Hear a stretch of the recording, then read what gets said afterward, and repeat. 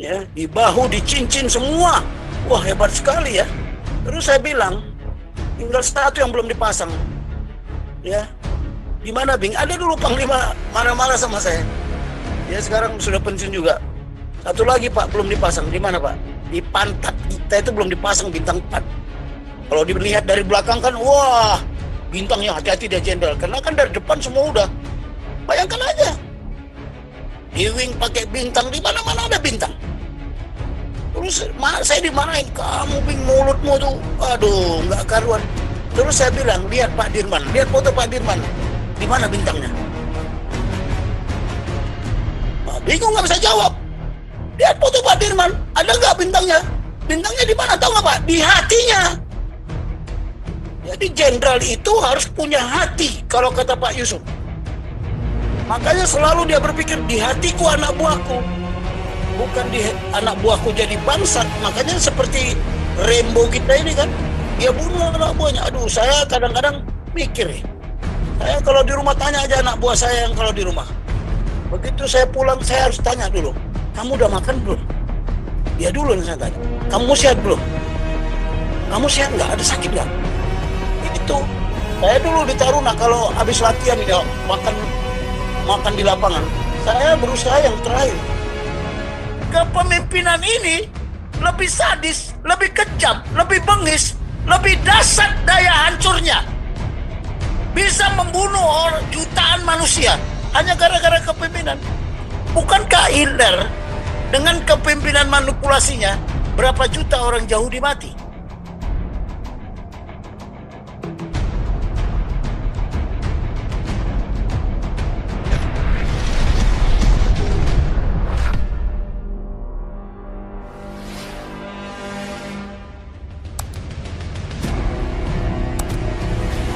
Iya, Pak. Makanya saya katakan tadi apa? Leadership is not what you have. Not what you have. Apakah Anda orang miskin? Apakah Anda orang kaya? Apakah Anda berduit? Apakah dia seorang jenderal? Apakah dia seorang profesor? It's not about leadership. Ya, it's not about leadership. Tapi actionnya apa? Itu aja lah. Kita nggak peduli dia punya mau uang bermiliar-miliar, mau apa, tetapi actionnya apa gitu ya. Ya, kita pernah dengar nonton kan film Robin Hood, yang malah perampok dia. Ya, tapi dia punya kepemimpinan, dicintai semua orang. Kenapa? Karena karakter dia rela berkorban, dia bertanggung jawab, dia peduli. Ya. Dia peduli, dia melihat, dia menganalisa. Itu karakter itu ya itu tadi. Apakah dia seorang yang bertanggung jawab? Apakah dia seorang yang rela berkorban? Karena pemimpin itu ya yang punya kepemimpinan atau karakter dan kompetensi itu adalah pribadi yang harus dikorbankan. Ya pribadi yang dikorbankan. Kita selalu banyak apa? Ya, apa, siapa, itu yang kita bahas. Tetapi bagaimananya coba? Saya mau tanya, bagaimana? Nah, kita harus bisa memberikan konsep bagaimana. Bicara bagaimana, pasti sudah bicara strategi. Bicara mengapa, berarti sudah dianalisa. Nah, kata mengapa, itu lahir dari hati. Tapi kalau apa dan siapa, itu selalu dari otaknya, dari pikirannya. Tolong dibedakan. Ya. Jadi kalau seorang pemimpin nggak rela berkorban, hanya untuk memikirkan kepentingan dia, hanya cari panggung, ya nggak usah jadi pemimpin. Kalau seorang pemimpin hanya mencari pengikut, dia bukan pemimpin yang baik. Lihat Mahatma Gandhi. Ya, lihat Mahatma Gandhi. Dia bukan seorang pejabat. Tetapi yang mengikuti dia banyak, gitu loh. Nah, seorang pemimpin bukan mencari pengikut sebenarnya, tapi bagaimana memikirkan kader berikutnya, next generation. Ya. Nah, saya kebetulan ke Hawaii itu mungkin sudah 15 kali saya. Ya mungkin Pak Andi tahu lah. Ya dulu di sana ada Mayor Jenderal Lee. Ya Mayor Jenderal Lee itu adalah Ya, orang Amerika, warga negara Amerika, tapi turunan dari Chinese. Dia seorang mayor jenderal, dia komandan National Guard, ya, negara Hawaii, negara bagian Hawaii. Saya diundang ke sana. Ya, kenapa dia butuh National Guard? Karena semua pasukan sibuk saat Afghanistan seharusnya juga satu menghadapi poros Irak, Saddam Hussein. Nah, ketika itulah dibutuhkan National Guard. Meletuslah 9/11, ya, 11 September itu, pasukan semua ada di luar, di dalam nggak ada. Makanya mereka bingung lagi untuk menghadapi dari dalam. Makanya dibikinlah National Guard. Di Indonesia bukan tidak ada National Guard, ada. Tetapi tidak berfungsi karena diatur oleh sama undang-undang. Jadi komando-komando teritorial itu adalah National Guard. Malah kalau di Hawaii itu, saya udah ke sana, semua mereka kenal saya. Saya dibawa ke 4 pulau yang ada di Hawaii sana, pulau-pulau besar. Ya, bagaimana National Guard itu bekerja? Mereka itu adalah, ya kadang dia sehari-hariannya dia adalah usahawan. Ya, tapi mereka dilatih, bukan tidak dilatih. Di Indonesia ada Kopcat. Kemarin ada ratusan juta mungkin uang habis. Tapi setelah dia dididik, kemana? Apakah dia bertindak sebagai National Guard? Menjaga keamanan di daerahnya masing-masing? Tunggu dulu, belum juga. Bagaimana konsepnya? Inilah nanti yang harus kita susun. Kebetulan saya diminta juga untuk menyusun itu. Pulang dari Medan ini sibuk sekali saya. Untuk membuat bagaimana kritikan-kritikan itu kita jawab. Harusnya pemberi kritik dia harus tahu jawabannya. Tapi pemberi kritik di sini tahu nggak jawabannya?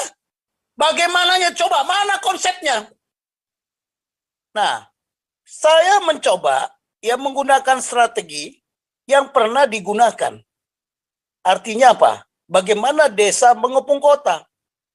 Di kota sekarang, kalau kita bicara Pancasila, sampai berdarah-darah pun nggak akan masuk di otaknya. Nah, kemarin saya waktu ceramah, ini ada Pak Santi Amer. Ada seorang peserta di situ pesimis. Apa gunanya ngomong Pancasila? Langsung saya bantai dia. Oh, jenderal ini udah ngomong Pancasila, ini udah ngomong, profesor ngomong ini, tapi nggak ada hasilnya. Kenapa? Karena dia hanya bicara apanya saja Pancasila itu. Tapi bagaimana Pancasila itu menjadi the way of life? Menjadi proses pengambilan keputusan. Menjadi suatu alat pemersatu. Menjadi satu pusat kekuatan bangsa ini kalau mau berdiri tegak. Adakah yang bicara seperti itu?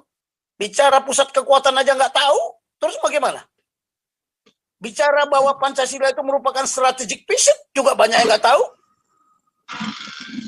Ya, bukan hanya pandangan hidup bangsa, tapi bagaimana Pancasila ini menjadi pandangan sejagat. Itulah disebut Weltanschauung, pandangan hidup dunia. Semua negara saya kira mengimplementasikan nilai-nilai yang ada di Pancasila. Jadi Pak Andi, ya, mengapa Amerika punya National Guard? Indonesia sudah duluan sebenarnya.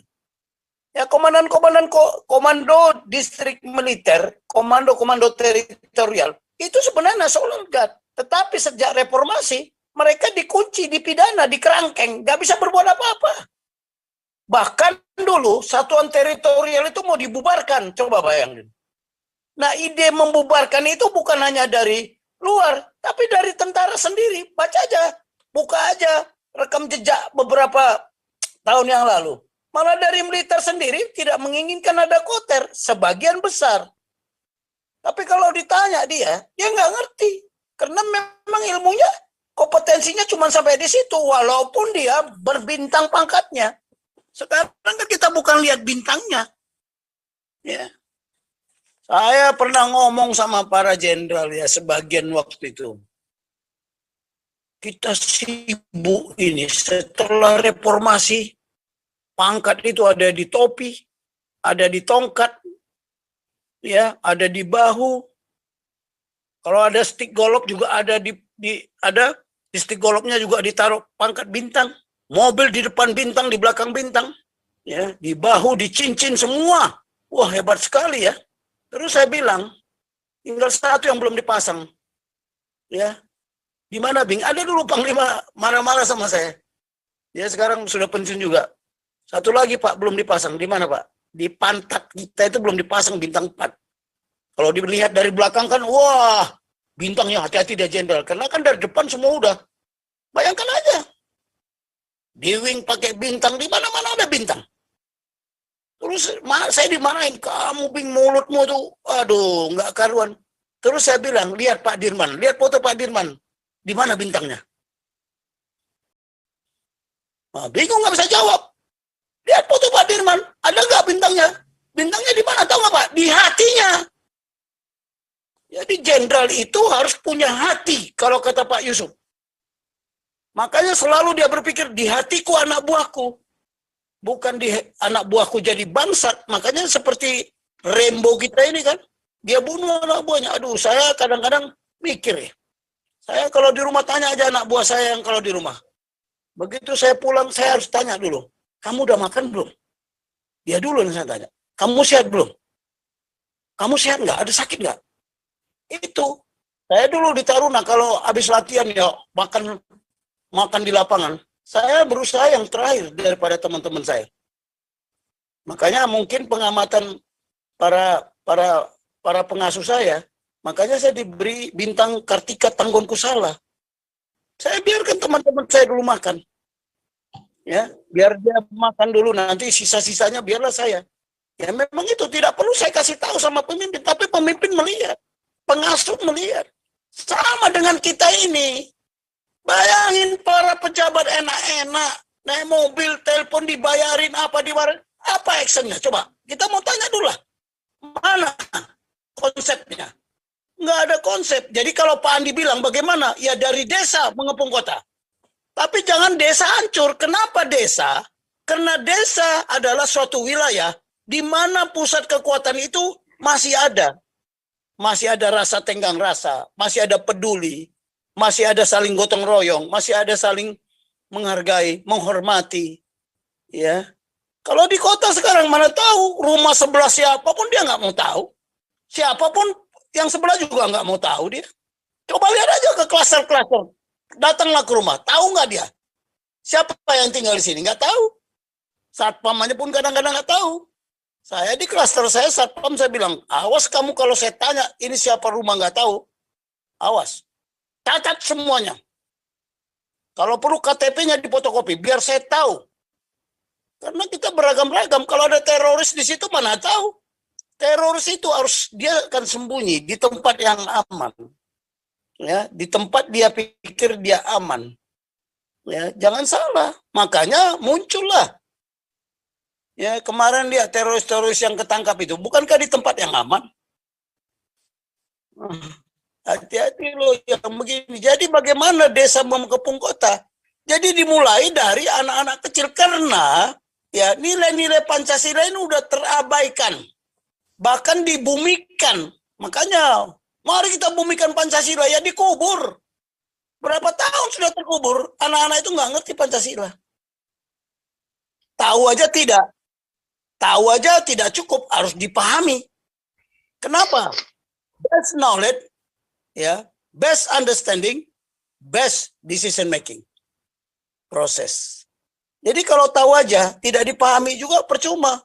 Cobalah di Zoom ini aja taunya Pancasila, sila 1, ketuhanan yang Maha Esa, 2, kemanusiaan yang adil, itu aja. Tapi bagaimana itu dijadikan the way of life, dijadikan sebagai alat sarana untuk mengambil keputusan. Apakah para pejabat ini ngerti? Enggak, karena sekolah hanya membuktikan dia sudah punya ijazah. Tapi belum berbuat. Ini yang menjadi masalah. Internal TNI juga demikian.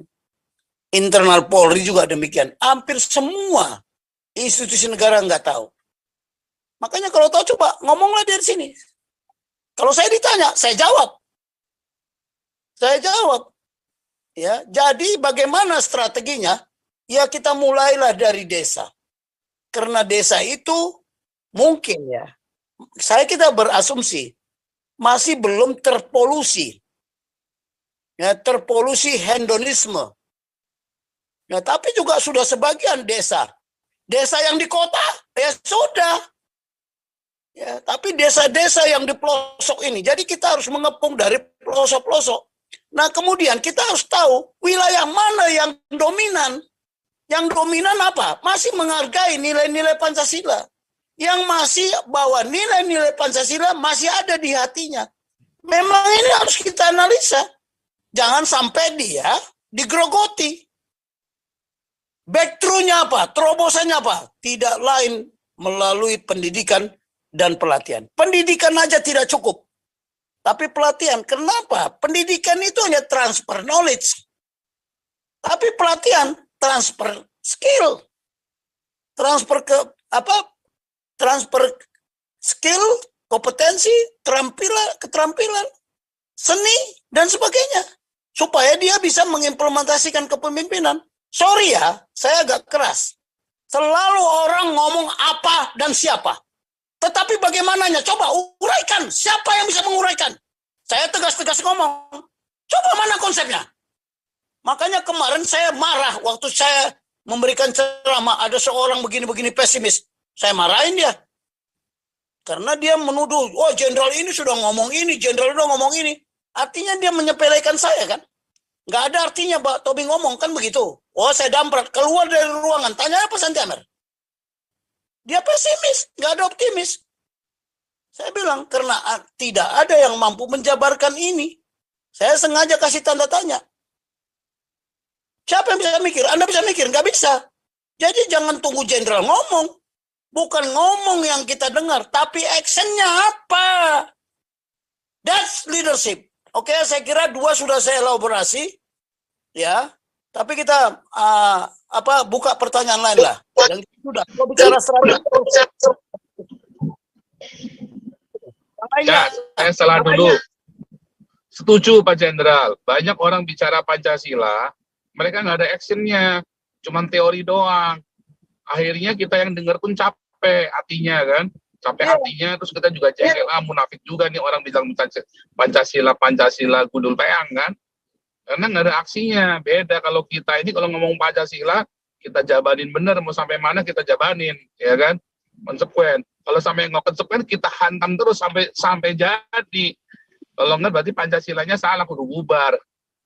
Ya kan? Masalahnya kan belum ada yang ngomong Pancasila lalu jalanin, langsung jalan. Selama ini sejak Soekarno nggak ada, kalau bilang Pancasila cuman teori doang. Ya Soeharto sudah bikin P4 segala macam, tetapi pelaksananya pun nggak Pancasila sebetulnya kan. Salahnya kan di situ kan. Kita dijejilin teori dari TK, SD, SMP, SMA, kuliah, bicara Pancasila P4, tapi terus kita lihat kenyataannya nggak begitu. Akhirnya kan kita jadi enak. Mau jenderal kayak mau siapa kayak bicara Pancasila, karena nggak aksi. Nah, grup kita ini bikin aksi, ya kan? Kita buktikan ya, kita begitu kita ketemu Pak Tobing, bilang Pancasila, terus kita ngomong di sini, langsung saya jabanin, ayo kita jalanin. Nah, kita kumpulin duit langsung, bikin buku. Habis bikin buku kita mau apa? Ya kampanye dong. Kita kampanye Pancasila. Sampai babak belur juga, Pak Tobing sampai sakit-sakit juga jalan kampanye muter tuh. Emang duitnya siapa?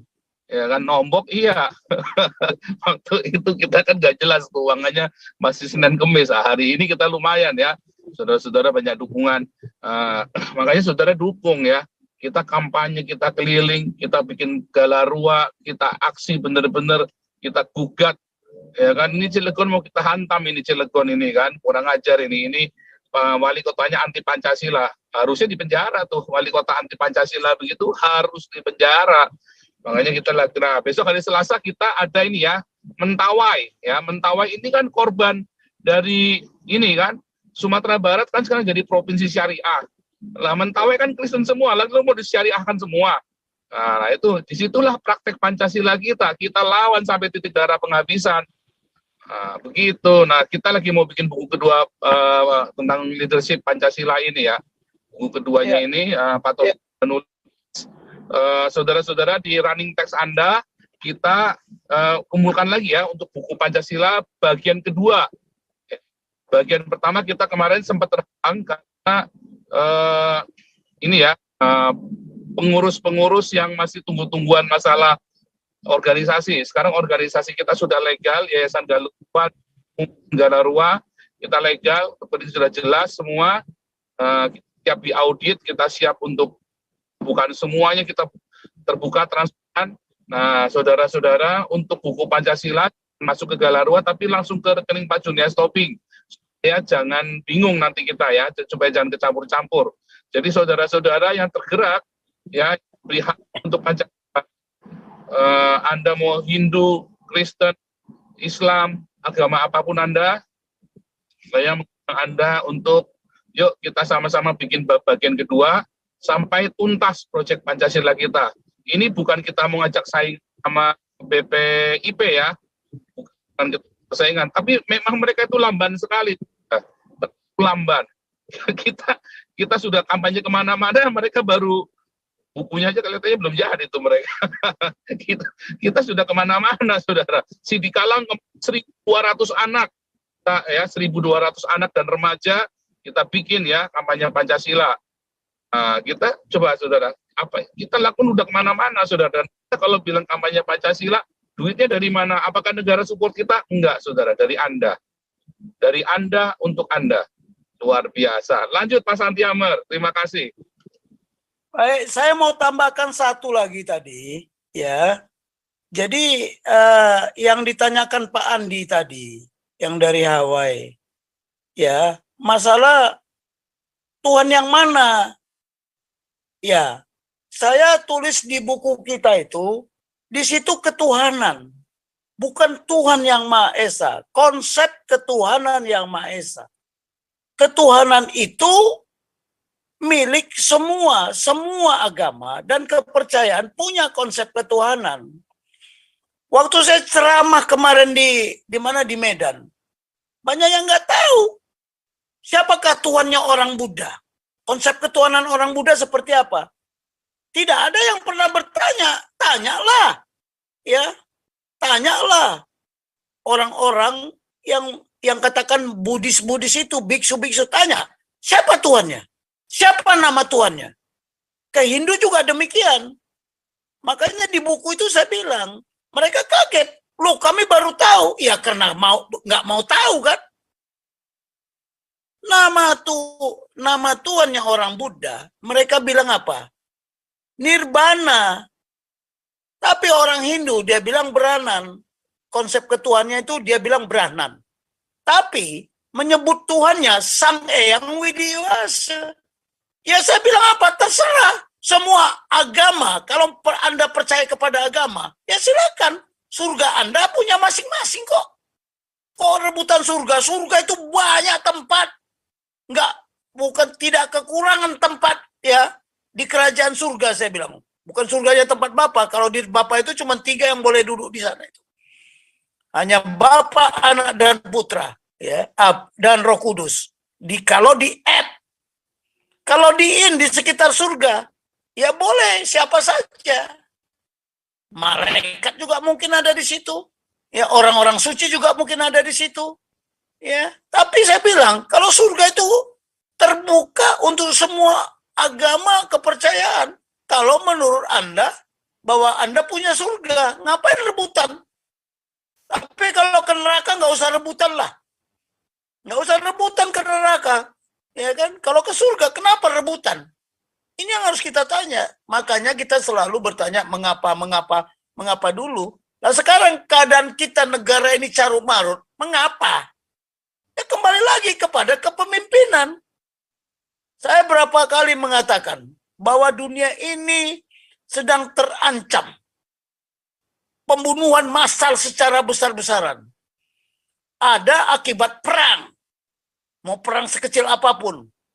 Tapi lebih parah lagi kalau terjadi perang nuklir yang sedang sekarang. What if jika terjadi perang nuklir? Nah, sudah pernah kejadian dulu kan? Hiroshima dan Nagasaki. Sudah pernah nggak? Saya sudah ke Hiroshima. Ya, bagaimana di Hiroshima itu hanya satu gedung saja, yang tidak hancur total, yang lainnya hancur total. Coba. Kapan nanti saya tunjukkan fotonya? Lah, ini gimana? What if? Apa sekarang kita tidak di dalam ancaman perang nuklir? Loh, lihat. Ukraina sama Rusia ini. Rusia nggak sibuk dengan nuklirnya. Korea nggak sibuk dengan nuklirnya. Yang begini-begini kita kan harus paham juga. Kalau itu terjadi. Ya, pembunuhan massal karena perang. Ya, karena teroris. Karena bencana alam. Katastrofik. Tapi ada satu lagi penyebab pembunuhan massal ini, kepemimpinan. Kepemimpinan ini lebih sadis, lebih kejam, lebih bengis, lebih dahsyat daya hancurnya. Bisa membunuh jutaan manusia hanya gara-gara kepemimpinan. Bukankah Hitler dengan kepemimpinan manipulasinya berapa juta orang Yahudi mati? Lihat. Bukan karena kepemimpinan. Indonesia ini banyak mati. Makanya kunci solusi pemecahan itu adalah kepemimpinan. Jadi konsep ketuhanan, masing-masing agama atau kepercayaan punya konsep sendiri tentang ketuhanan. Ya, punya konsep sendiri. Ya, silakan Tuhannya siapa. Tetapi jangan saling menyalahkan. Salinglah menghormati, salinglah menghargai. Toleransi itu maknanya saling mempercayai, saling menghargai, saling menghormati. Bukan memaksakan. Indoktrinasi, kamu minoritas. Mana mau? Persoalannya, memang manusia sudah diciptakan Tuhan untuk berkuasa. Tapi berkuasa yang bagaimana? Ini yang persoalannya. Kita Adam. Kita sibuk. Adam berdosa. Saya juga bingung ketika saya tanya pendeta. Adam sudah mengenal dosa nggak waktu itu? Adam sudah mengenal mati apakah tidak? Jangan kau makan buah itu. Kalau kau makan buah itu mati. Dia sendiri belum tahu mati itu seperti apa. Setelah anaknya mati, si Habel mati, baru dia tahu, oh itu namanya mati.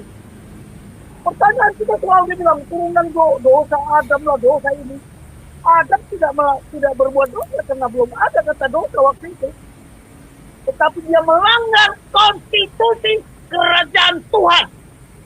Pemerintahan Tuhan. Dia diberi kuasa. Let us make man, let them dominion. Berkuasa. Tapi kekuasaan itu dia melanggar konstitusi. Nah sekarang kalau diambil dari konsep ketuhanan, ya wali kota, mereka melanggar konstitusi nggak? Melanggar. Ketika mereka melanggar konstitusi nggak? Apa hukumannya? Udah diatur nggak di undang-undang? Ada nggak aturannya? Harusnya ada undang-undang yang mengatur siapa yang melanggar konstitusi harus dipenggal kepalanya, atau dihukum atau diusir. Ketika si Kain, ya, kalau mereka bilang si Kabil, yang Muslim bilang Kabil, itu melanggar konstitusi kerajaan Tuhan. Dia membunuh adiknya. Dia teroris pertama. Sebelum ada teroris di dunia, dia itu. Makanya jangan heran juga kalau ada teroris sekarang. Ya karena itu anak cucunya. Darahnya mengalir di sana. Nah ini yang begini-begini kalau kita bicara konsep ketuhanan. Oh maaf, saya tidak mengajari pendeta ya. Kata dosa itu kapan? Yang menciptakan kata dosa itu siapa? Nah, kapan itu dikatakan dosa? Adam nggak tahu berdosa. Dia melanggar konstitusi. Makanya si Kain aja harus diusir. Harus diusir. Makanya isi sekarang yang datang dari luar, yang datang dari mana-mana, kembali ke Indonesia, harusnya nggak boleh tidak diusir. Ketika terjadi diskusi dulu, di masalah ini, isi semua kembali ada 300 atau 600 orang. Saya bilang, yang satu profesor hukum bilang boleh, yang satu bilang tidak boleh. Terus apa patokannya? Mereka ribut. Begitu saya bicara, ya kita kembali ke apa lah? Konstitusi kerajaan Tuhan. Si Kain diusir nggak? Diusir. Nah, kenapa mesti dipulangkan kembali? Itulah, kita harus ada paradigma, ada patokan yang kita jadikan standar. untuk kita melakukan ini. Makanya saya katakan sekarang, kita kampanye Pancasila bukan hanya untuk Indonesia, dunia. Pancasila itu Pancasila sejagat, itulah dunia. Bagaimana menjadikan Pancasila menjadi pandangan hidup dunia. Bagaimana menjadikan nilai-nilai Pancasila menjadi apa? Sejagat. Kita semua orang punya Tuhan kok. Negara mana yang tidak bertuhan? Negara mana yang tidak berkemanusiaan? Negara mana yang tidak ingin persatuan? Negara mana yang tidak musyawarah untuk mufakat? Negara mana yang tidak berkeadilan? Cuman itu hanya lip service, ditulis tapi tidak di way of life kan, tidak dijadikan sebagai sarana pengambilan keputusan. Kalau saya bilang sarana kekuatan itulah. Makanya pusat kekuatan pengambilan keputusan ada di mana? Di kapasitas dan karakter itu tadi, karakter dan kompetensi. Kalau intisari dari keputusan adalah pengambilan keputusan, pusat kekuatan, intisari pusat kekuatan pengambilan keputusan ada di mana? Di karakter dan kompetensi. Supaya keputusannya, ya setiap keputusan pasti ada resiko sebaik apapun. Tapi bagaimana risiko yang dihadapi itu nanti kecil. Ya, konsekuensi yang harus dipenuhi itu minimal juga. Jangan resikonya besar, konsekuensi yang harus dibayar, harus dipenuhi. Yang mahal juga. Saya nggak tahu, inilah. Tetapi pengambilan keputusan yang saya amati sejak Bung Karno sampai Jokowi, ada nggak polanya? Ada nggak kalau kita menjahit baju, kan ada polanya, celana seperti ini, baju seperti ini. Jangan mereka lihat aja lah. Kemarin ada ya pemerintah menyampaikan, wah negara ini ke depan akan lebih apa? Oh lebih parah, lebih menghadapi krisis. Oh Tuhan Yesus sudah ngomong 2000 tahun yang lalu. Pertanyaan sudah dianalisa nggak? Berdasarkan apa yang kita karakteristik bangsa ini. Ingat karakteristik bangsa ini apa? Tidak kita semangat bersatu untuk supaya tidak terjadi krisis di bangsa ini. Sudahkah kita merdeka untuk menghadapi krisis itu? Tolong arti merdeka sekarang sudah berubah. Merdeka bebas dari keserakahan. Merdeka bebas dari kemiskinan. Merdeka bebas dari korupsi.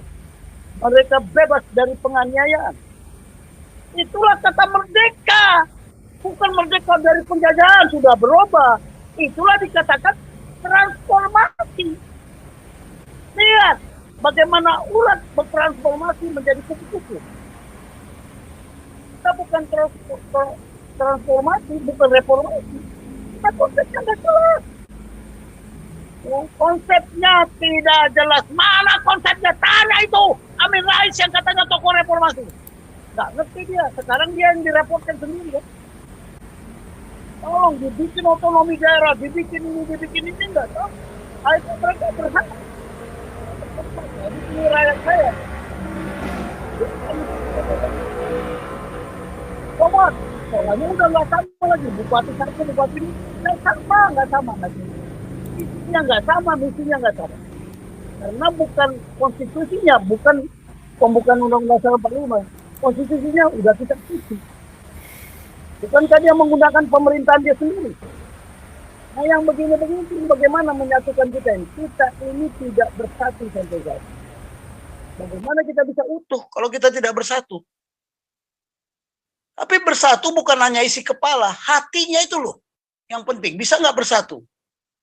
Itu aja komentar saya tadi yang saya elaborasi. Tapi mungkin ada yang bertanya, itu udah banyak sekali yang resen itu Pak Santi Amer. Tolong berikan kesempatan mereka.